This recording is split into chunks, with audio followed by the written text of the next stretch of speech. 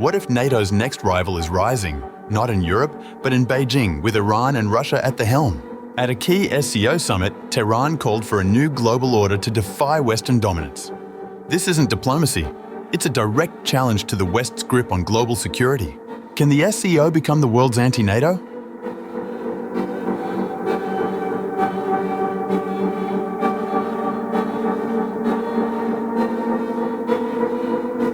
At a pivotal Shanghai Cooperation Organization, Foreign Ministers' Summit held on July 15th, Iran signalled a major strategic shift, positioning the China-led group as a potential counterbalance to NATO. Speaking at the Council of Foreign Ministers meeting in Beijing, Iran made clear it no longer sees the SCO as just a regional forum, but as a viable foundation for a new global security architecture, away from Western dominance.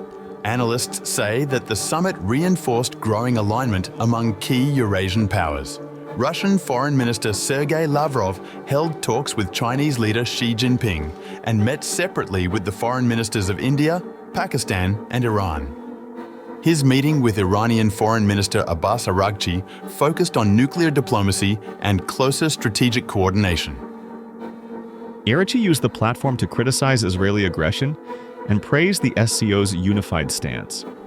He described the bloc not as symbolic, but as a practical mechanism for regional integration and global influence, highlighting a rising multipolar order with Beijing, Moscow, and Tehran at its core.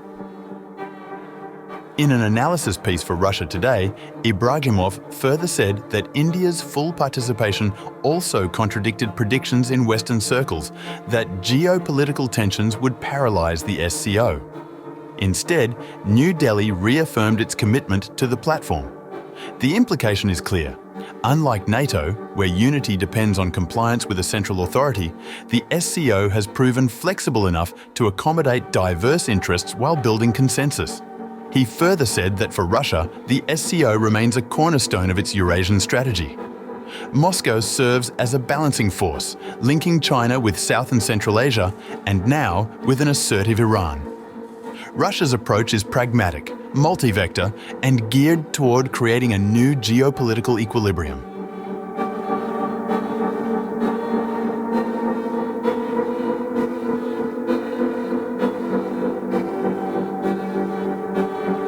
The heart of the summit was Abbas Araghchi's speech, an assertive and legally grounded critique of Israeli and American actions.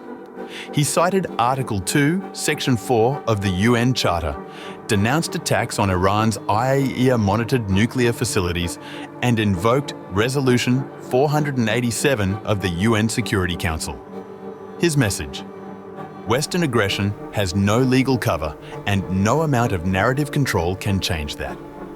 But beyond condemnation, Araghchi delivered a concrete roadmap to strengthen the SCO as a vehicle for collective security and sovereignty, a collective security body to respond to external aggression, sabotage and terrorism, a permanent coordination mechanism for documenting and countering subversive acts, a centre for sanctions resistance to shield member economies from unilateral Western measures, a Shanghai Security Forum for defence and intelligence coordination, enhanced cultural and media cooperation to counter cognitive and information warfare. Ibragimov termed Araghchi's message at the UN as not just rhetorical gestures, but blueprints for institutional transformation. Iran is operationalizing a new security doctrine built on multipolarity, mutual defense, and resistance to hybrid threats.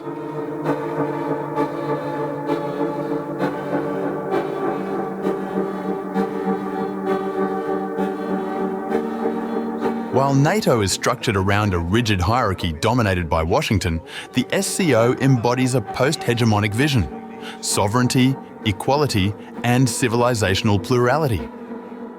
Its member states represent over 40% of the global population, possess vast industrial capacities, and share a collective desire to break the unipolar mold. Tehran's bet is clear. The SCO offers not just a geopolitical shelter, but a platform for advancing a new global logic, one rooted in strategic autonomy, not dependency. The sophistication and clarity of Araghchi's initiatives suggest that Tehran is preparing for the long game.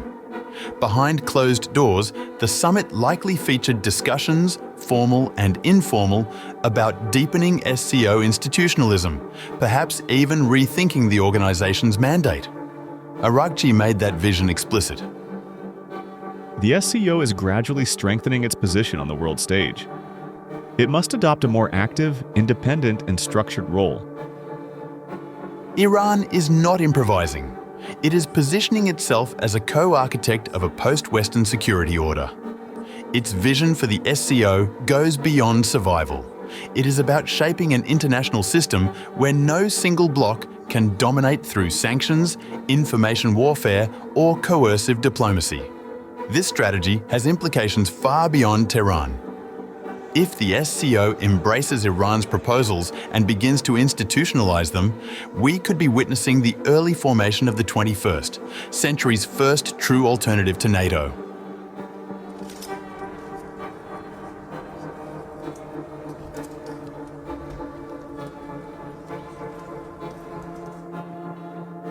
The Western response was immediate.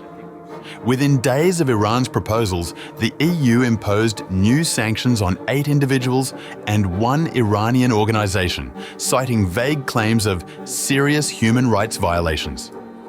Israel, by contrast, faced no new penalties.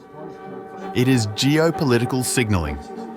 Tehran's push to turn the SCO into an action-oriented bloc is seen in Brussels and Washington as a direct threat to the current order.